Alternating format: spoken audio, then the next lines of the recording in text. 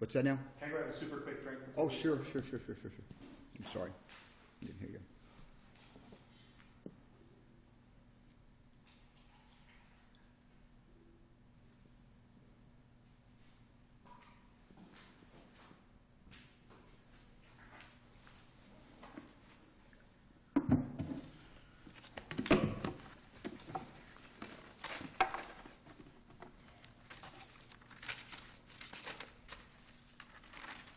My name is Jeremy Harris.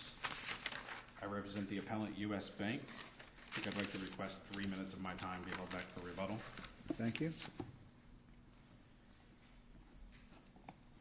This is an appeal that arises out of a mortgage foreclosure action where the borrower obtained summary judgment based on the alleged insufficiency of the notice of intent to accelerate.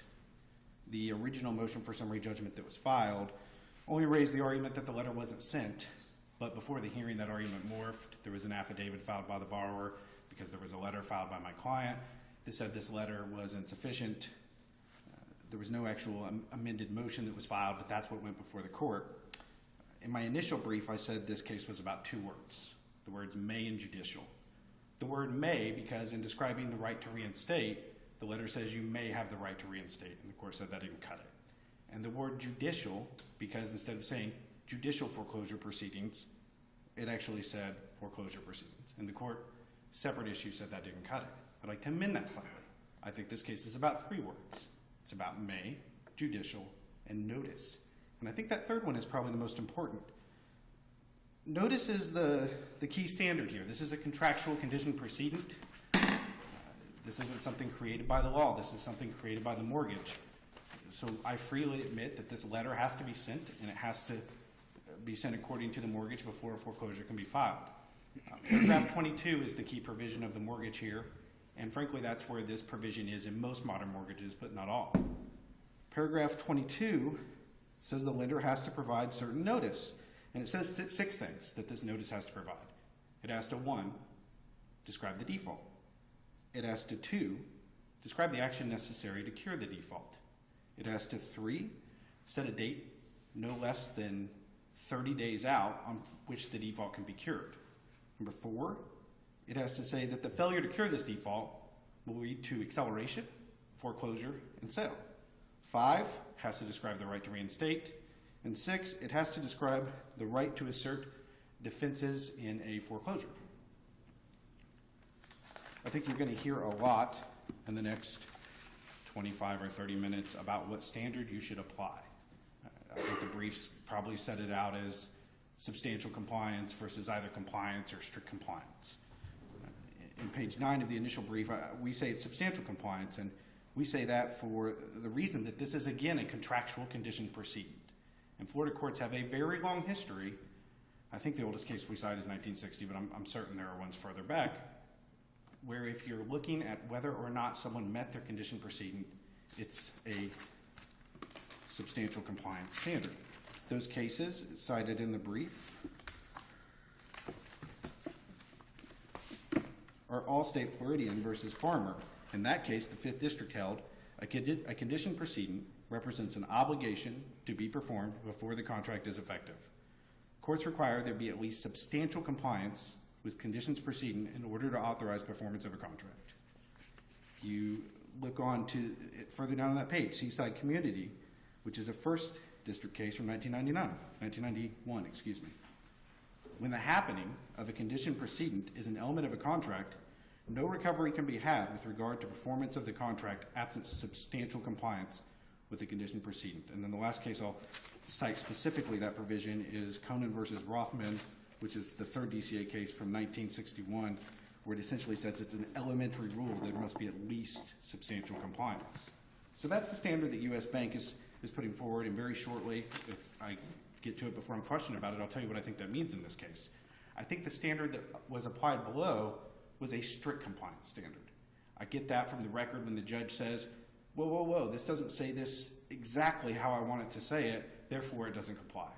But let's be clear, the judge didn't say, I'm applying a strict compliance. The paragraph 22, when it talks about the notice must be given, sometimes we see contracts or provisions where it says notice must be given of the following. It has quotation marks. It's in a certain, requires a certain size font, that type of thing. Mortgages don't normally include that. They do not. If it did that, that would require verbatim, strict quotation marks, font, everything. I couldn't agree with the court more. And okay, I guess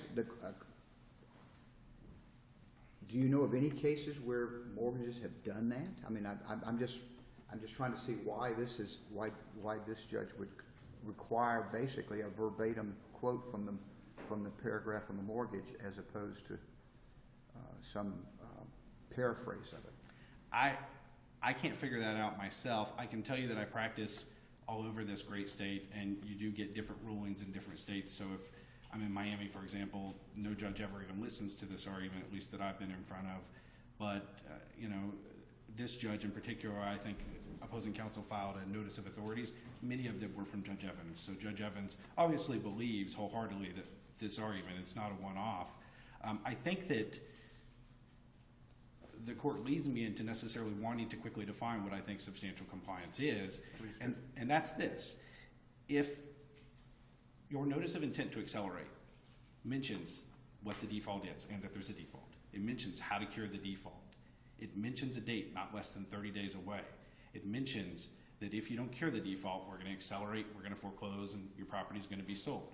If it mentions the right to reinstate, and if it mentions the foreclosure defenses that you can raise them, if you check those 6 boxes, I think substantial compliance is met. And I think the only way, if those 6 boxes are checked, that substantial compliance is not met, is if the language used in the notice is just so atrocious that you actually take one of those 6 boxes away. But I do believe that the standard should be you check those 6 boxes, you're good to go. And I don't think, maybe there's a dispute, but I don't think if you review the letter that there's much of a dispute that the 6 boxes were checked. And so we're really looking at words. I mean, literally, this case is about the word may and the lack of the word judicial. And I don't think there's a good argument even that the letter didn't comply unless you did apply some type of standard that's better set out if the legislature said, this is the standard letter we want you to use. If the legislature did that, of course we'd have to do that, and they have the right to do that, but they haven't. This is a contractual right. These strict compliance cases are almost exclusively statutory cases. Opposing counsel, even in his response brief, cites quite a few cases where, oh, that wasn't good enough, and they say substantial compliance, but they're actually all ordinance or statutory cases. So then you get to the facts of this case. And I think the nice thing about this case is regardless of the standard you apply, whether you agree with me that it's strict compliance or substantial compliance, or whether you believe that it's strict or normal compliance, is I think I win either way. The court looked at the right to reinstate, and the actual paragraph 22 says you shall further inform them of the right to reinstate. And what the letter actually says is you may have the right to reinstate. The court stopped right there. It said it's got the word may, that's not good enough, done. But there's more to that paragraph. That paragraph says, please consult your note and mortgage.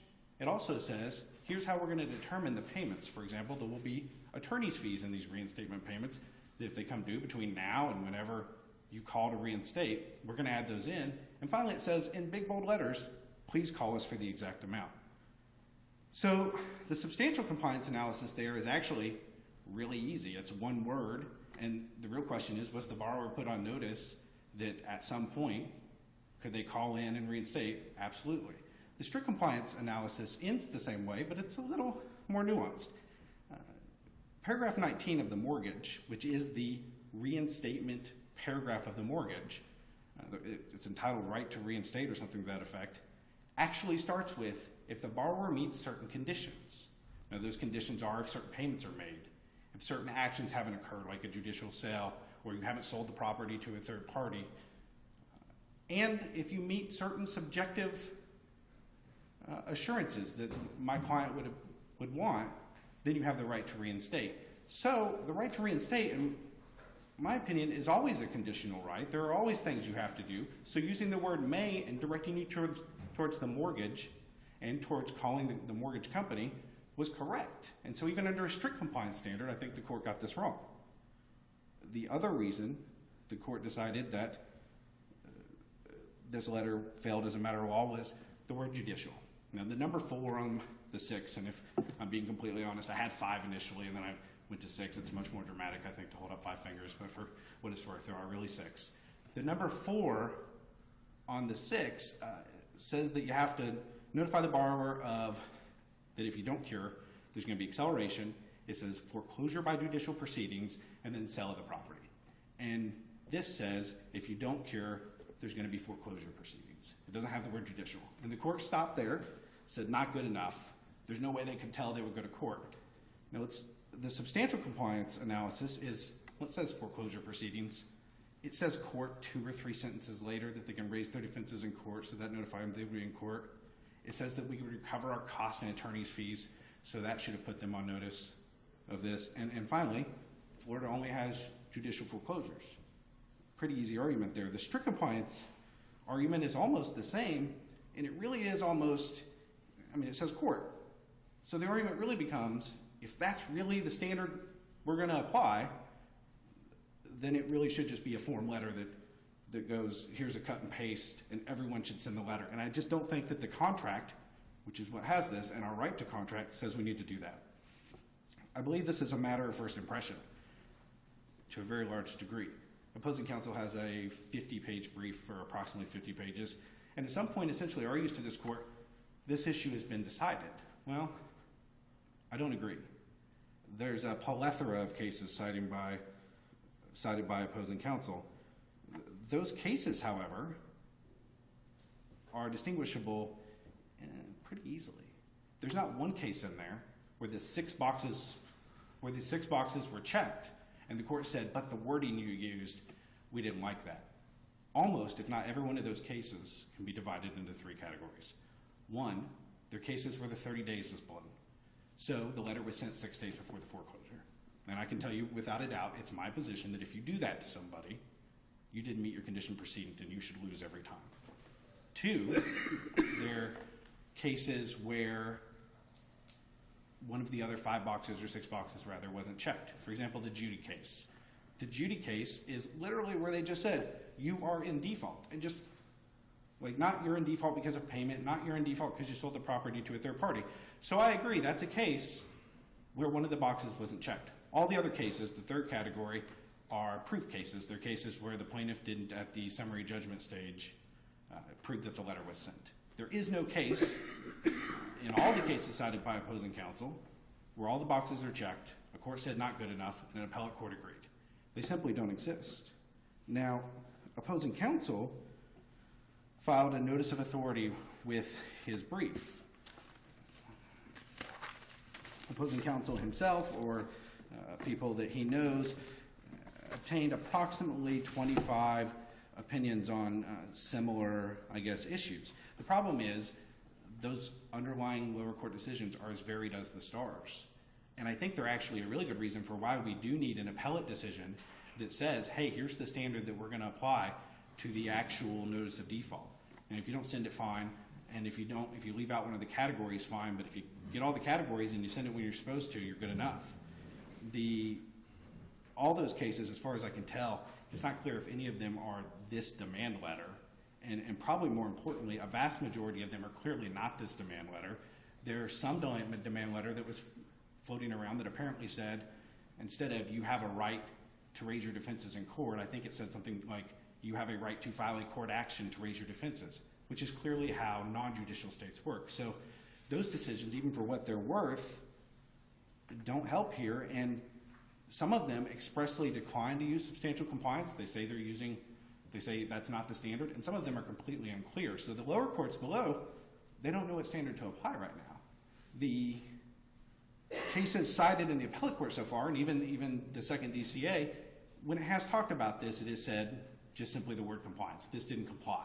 And opposing counsel, I expect you to hear is, well, you've already decided that. You've already said it's compliance.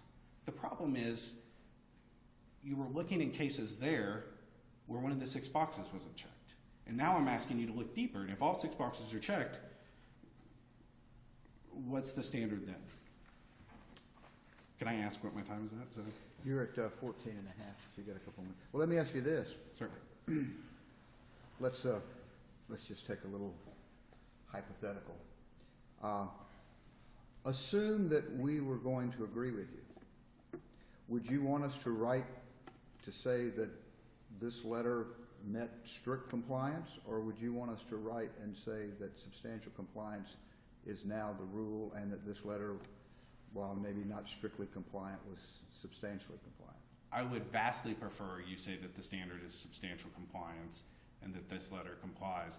I think I win either way. I can tell you that I've gotten a fair amount of phone calls and emails about this case. There's, in my industry, a lot of interest, and I think I'd be doing my industry, my side of it, a disservice if I said, please just write the decision to say the standard is strict compliance, and that's good enough.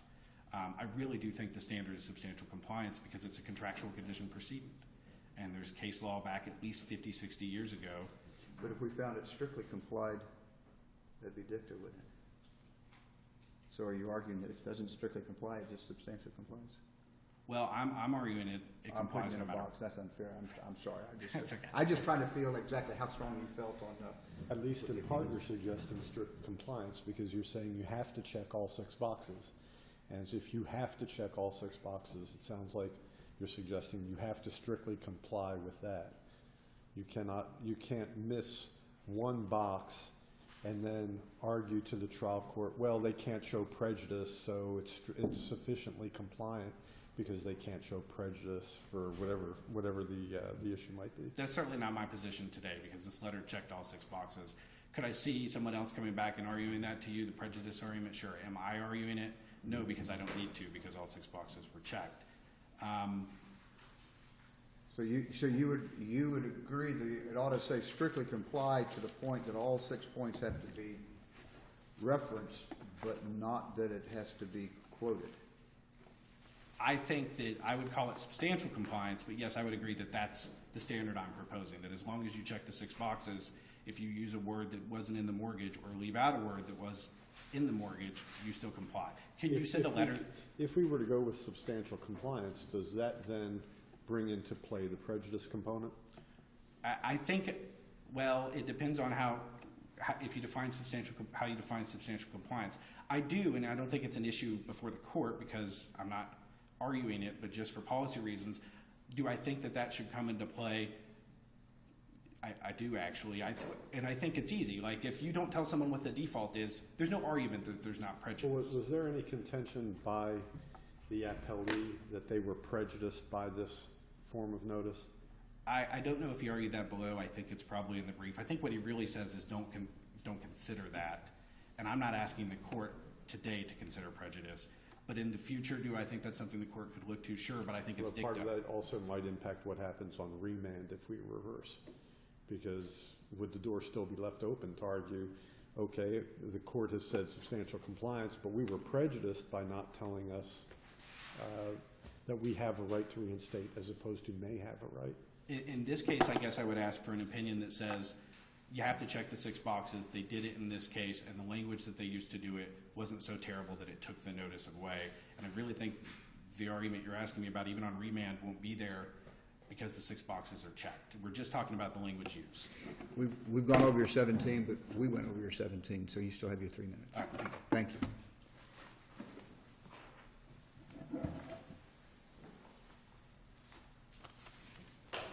May it please the court. I'm Mark Stopa. I represent Jose Busquets. I don't think this is a case about 2 words or 6 boxes. Let me interrupt and make sure we've got everything focused on where our argument is. There was some reference in the affidavit, your client's affidavit, and there was some discussion about his failure to receive the letter. but that seems to have been abandoned or waived, and the judge came down more on the sufficiency of the letter as opposed to whether it was actually received or not. Is that a fair statement? Correct, Judge.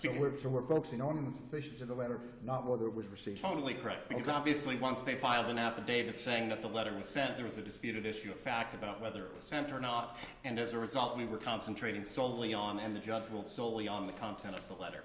And Judge, I think the key here is not 1 or 2 words or 6 boxes, but rules.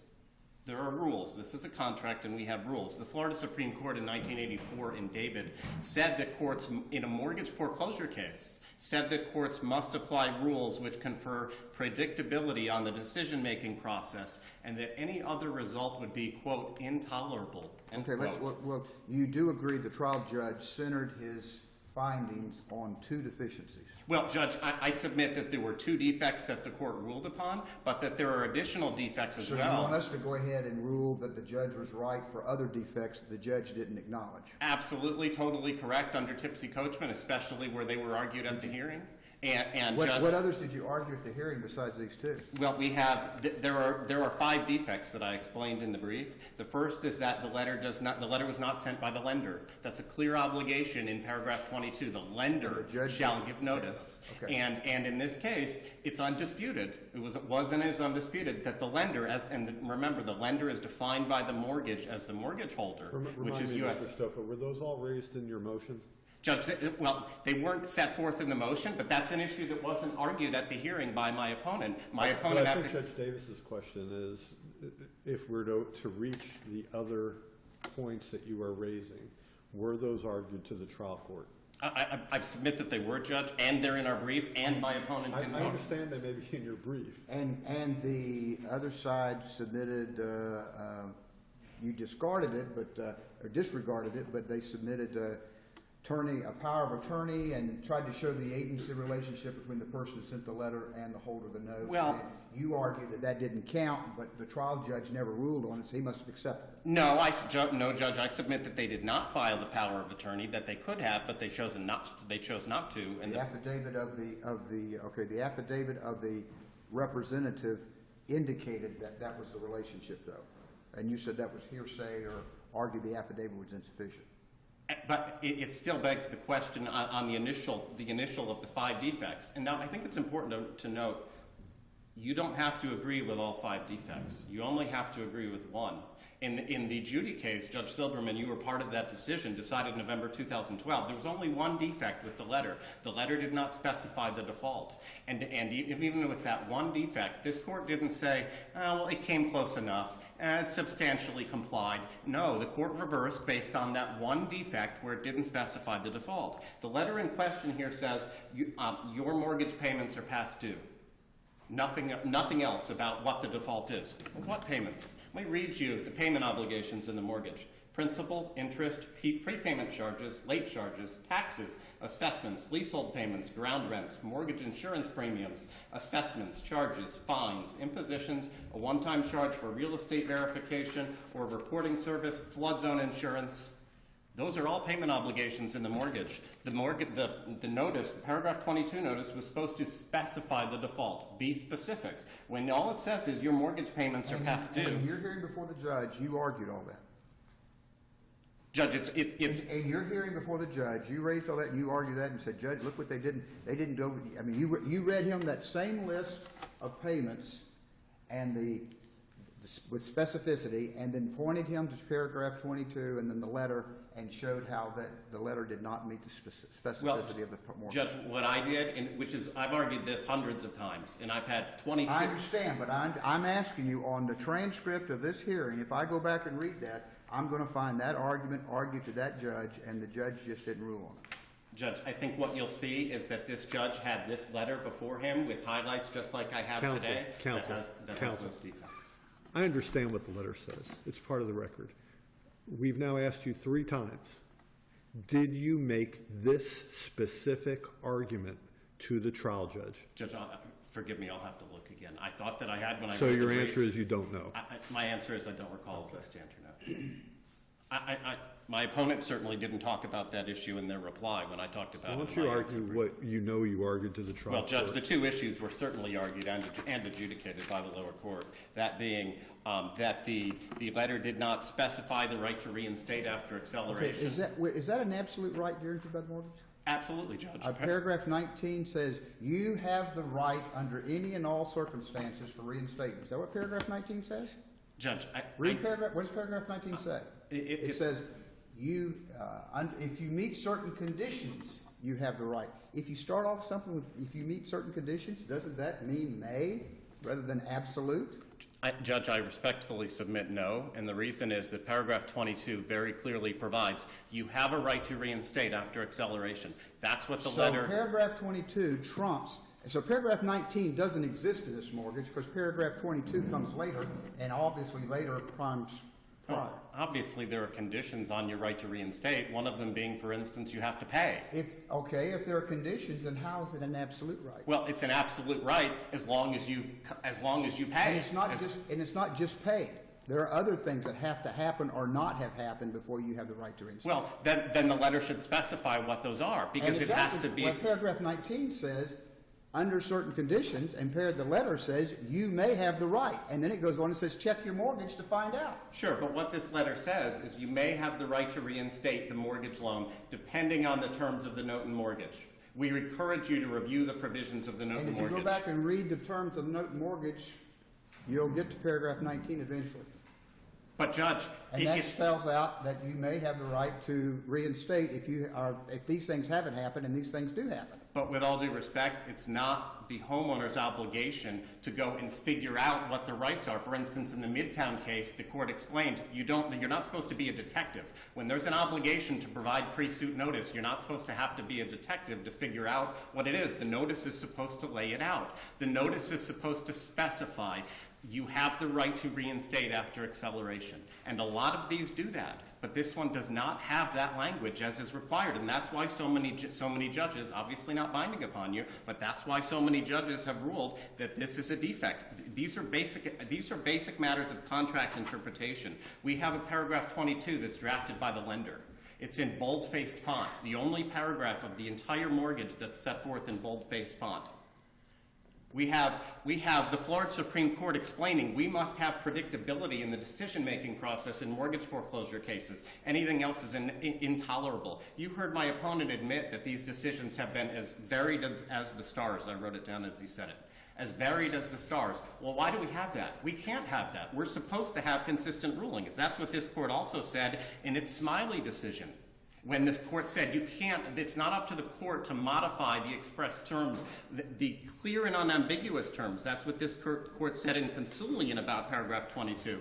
Clear and unambiguous terms. You can't modify those terms. You enforce them as they're drafted. And the way that this paragraph 22 requirement is drafted, it had to inform my client, you have the right to reinstate after acceleration. Saying you may have the right to reinstate after acceleration, go look at the mortgage, says nothing. That does not inform anyone of anything. If you go home to your wife and say, we may have won the lottery, that informs your wife of nothing. If you tell someone you may have a right, go read the documents, you haven't informed them of anything. Accepting the interpretation as you were asking it to me, Judge, of this being sufficient, what that would do is that would enable the plaintiffs in these cases, the banks, to totally eliminate the obligation to inform you of your right to reinstate. They don't have to do it. Because all they have to do is say, you might have the right, you might not, go read your mortgage and figure it out for yourself. And they effectively informed you of nothing. So they should tell you, you have the right. Come on down. All you got to do is come in. You're going to have the right. That's what you're saying. Judge. It's got to say, you have the right, period. How about... So come on down. Oh, forget about what the mortgage says. Forget about the other requirements. You have the right. How about you have the right to reinstate, or you have the right to reinstate after acceleration, period. Or you have the right to reinstate after acceleration in accordance with paragraph 19. And then they go in and find out that one of these conditions that weren't supposed to happen has happened. And now they're going to say, I'm going to hold you responsible on this letter because you told me I have the right. And you didn't say anything about if I meet other conditions. You said I have the right. Now, you're contractually obligated to allow me to reinstate, even though the mortgage said something else. But what you said in your letter said, I have the right. Then, Judge, then have the letter or have the notice be worded that says you have the right to reinstate after acceleration in accordance with paragraph 19 or in accordance with the terms of your note and mortgage. If you're concerned about that, then that fixes that problem while still informing. So saying go look at your note and mortgage is not enough. It should say go look at paragraph 19 of your note and mortgage. Absolutely not, Judge. Well, Telling but that's someone. what you just said. You said tell them to go look at paragraph 19. You earlier said it's not enough to tell them to go look at their note and mortgage. You've got to tell them exactly. Now you're saying it's okay if you say go look at paragraph 19. So now the difference is between look at your note or look at paragraph 19 of your note.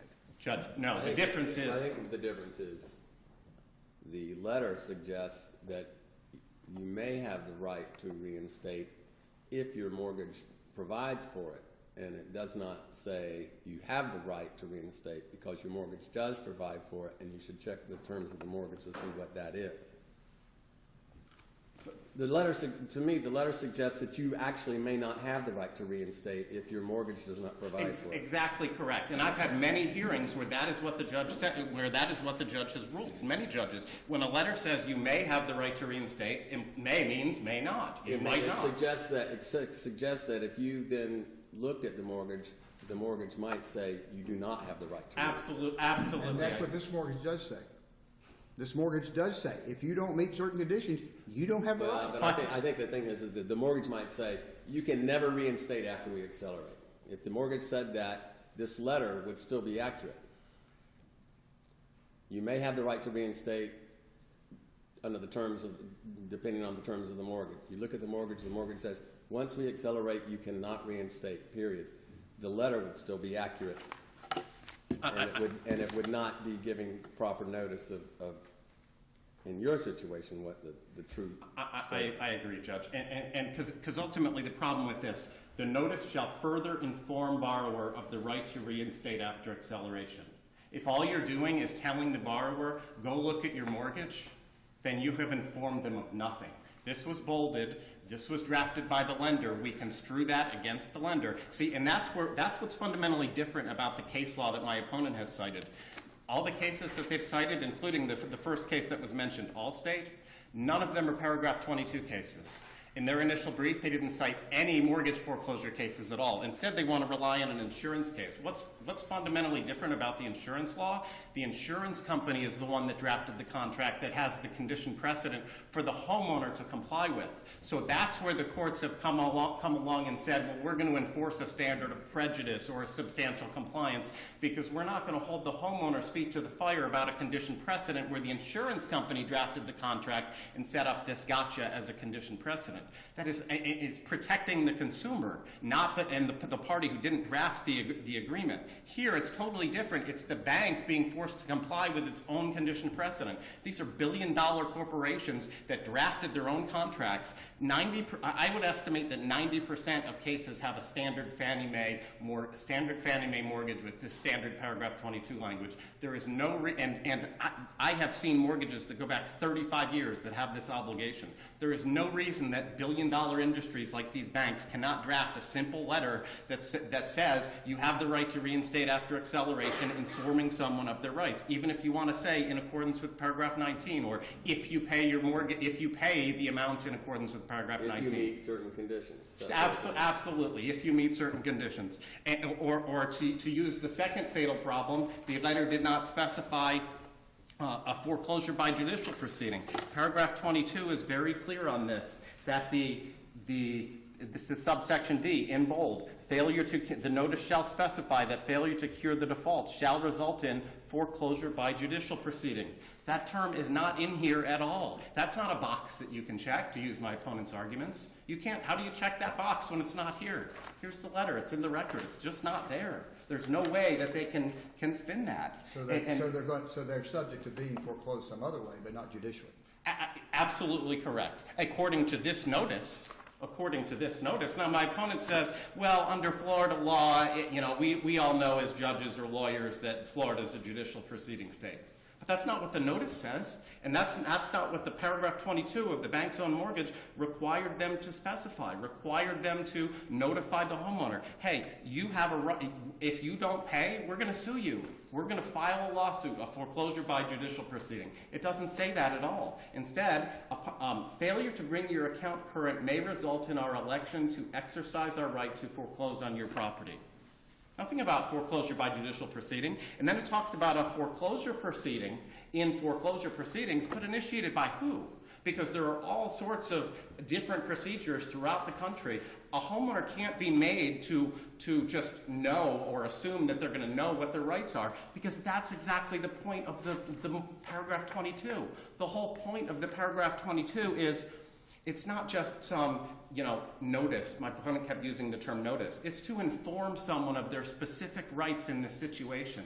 It's a last resort to prevent foreclosures. Here, we're going to give you a chance to pay. Do what you need to do to prevent this foreclosure. That's why the form exists in so many cases. That's why it's existed for so long, because we don't want to be foreclosing on thousands of Floridians throughout the state as we have been.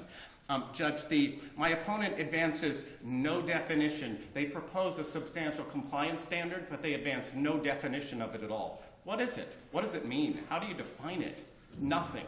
Their briefs essentially say, close enough. Well, that came close enough. That is not the type of predictability that this court in Smiley and the Florida Supreme Court in David contemplated. That's why we have inconsistent rulings. They want consistent rulings. The courts do. This court does. But we don't have them. Why? Because we have some judges looking at the letters going, I think that comes close enough. You can't possibly enforce that. I can walk down the hall and find other judges. You may think this is close enough. I could find others who think, I don't think that is close enough. That's why we can't have that standard, because it lends itself to rulings that are all over the place, varied as the stars. The way to have consistent rulings, as the courts have contemplated, is to look at the letter and say, does the letter say what it's supposed to say? Yes or no? That's it. It does not say foreclosure by judicial proceeding. It does not say that failure to cure the default may result in foreclosure by judicial proceeding. It's just not there. It does not inform the defendant of the right to reinstate after acceleration at all. It's just not there.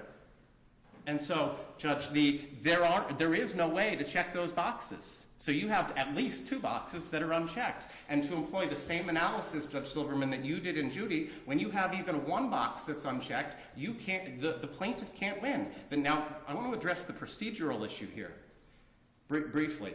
The fact that this was a summary judgment is totally irrelevant. There's nothing about the procedural posture here that the plaintiff argues is inappropriate. This is the letter that they said they sent. The content of this letter will not change at trial. This is why I have hundreds of favorable rulings on this issue that I've provided you some of. The content of this won't change at trial. We can't have testimony that interprets this letter, because that would be extrinsic evidence on a contract that has clear and unambiguous terms. And remember, it was in Consulian that this court said paragraph 22 has clear and unambiguous terms, and it's basic contract law that you don't vary those clear and unambiguous terms with extrinsic evidence. So a trial wasn't necessary. They don't complain about the procedural issue. When it's undisputed that the letter doesn't say what it's supposed to, they didn't comply with the conditions precedent. This wasn't a typical summary judgment in that it was an adjudication on the merits, or certainly not a free house. But when you don't comply with the condition precedent, the remedy is to dismiss without prejudice. I submit that was appropriately done here, and that there has been no error shown in that procedural issue at all. Now, Judge Davis, you ruled in the Laurencio decision that the Deutsche Bank's letter did not comply with paragraph 22. You joined in that decision. Did not comply. Judge Silverman, you ruled in Judy. Very clearly, the letter did not specify the default. And Judge Northcutt, you ruled in... I knew you were going to get to me. in Saran, at 93 Southern 3rd 456, that the paragraph 22 letter did not comply. All of you have made rulings that agree with what I have argued here today, that the standard is compliance, not substantial compliance. Now, even if you disagree with all of that and think, you know what, he's just wrong, it's substantial compliance, it still begs the question of what does substantial compliance mean? What is the difference between substantial compliance and compliance? Have you heard my opponent, who's the one asking you to employ substantial compliance, explain the difference? No. I did in my briefs, and what I showed is that it's the same thing. In Phoenix, in School Board versus Fasano, the 4th District said they're the same thing. You need to wrap it up here to 20 minutes. Thank you, Judge. The Olivier case out of the Florida Supreme Court, if you think substantial compliance is the standard, that letter had one defect. It did not specify the address of the accident. There was a letter that was sent. It didn't specify the address of the accident, and that one defect gave rise to summary judgment on a pre-suit notice letter, just like we have here. Summary judgment affirmed by the Florida Supreme Court, even under substantial compliance. My opponent has no cases that they can show you where a letter did not contain the information that was required and still satisfied compliance or substantial compliance with the required conditions precedent. So following the one defect cases of Judy and Olivier and the rules and predictability analysis, anything else would be intolerable. We need consistent rulings. I submit that the lower court's ruling should be affirmed. Thank you. Thank you.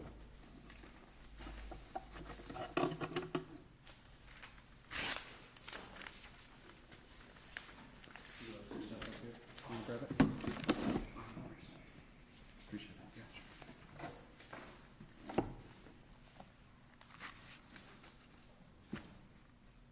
So I think I want to start by addressing Justice Northcott's questions about the reinstatement provision of the mortgage. The concern seeming to be, well, doesn't this provision make it sound like maybe there isn't even a reinstatement right and you would have to check the mortgage to find It out? implies that. Well, I think if you stop at the second sentence, it implies that. If you read the entire paragraph, I agree with, I see how you could get there if you say after acceleration of the debt, but prior to foreclosure, you may have the right to reinstate the mortgage loan depending on the terms of the note mortgage. We encourage you to review the provisions of the note mortgage. If you just stop there, I guess I could see that argument. I don't agree with it. I think you should be able to tell people to look at the documents, the contracts they signed, and the notice. But it goes on to say, Right. Please be aware that after acceleration of the debt, there may be expenses and attorney's fees and costs incurred by Ocwen to enforce the mortgage, in addition to the overdue amount on the mortgage. Any payment to reinstate the mortgage loan after acceleration must therefore include an amount sufficient to cover such expenses and fees incurred. But given the way that first sentence is worded, couldn't the implied qualification of the rest of that be if you have the right to accelerate under your mortgage, note and mortgage? I mean, if you have the right to reinstate. I can see why you interpret it that way. I interpret it as it's a conditional right, and if you've done one of these things, for instance, if you sold your property to a third party between now and when you want to reinstate, you can't reinstate. Well, if you concede that it could be read a couple different ways, and it can imply that under some notes and mortgage there is no right to accelerate. I mean, to reinstate after acceleration. Have you, as required by paragraph 22, informed the borrower of the right to reinstate after acceleration? Well, I guess I would say that I would ask you not to make the same mistake that the lower court made, which was stop at the beginning of the paragraph and not read the entire paragraph. I think it can only be read that way if you stop at the end of the second sentence. Yeah, but I'm not sure I agree with you. Well, I mean, Yeah, you're the justice. Right, okay.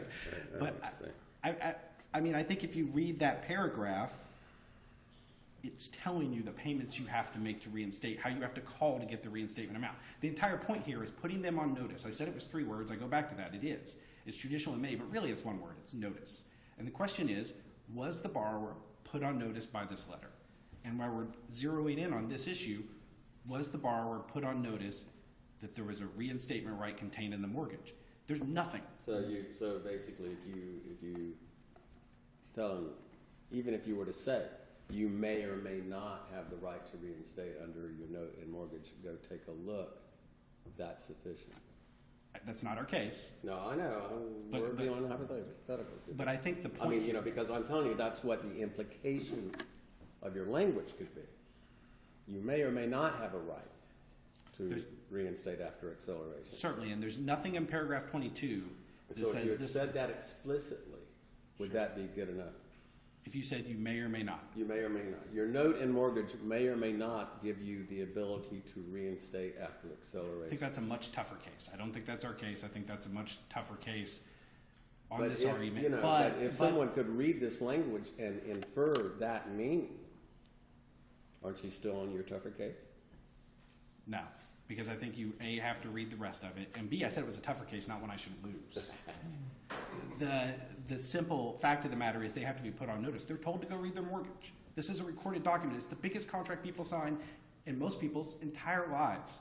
The fact that you can't It's tell always them, literally the biggest document they sign.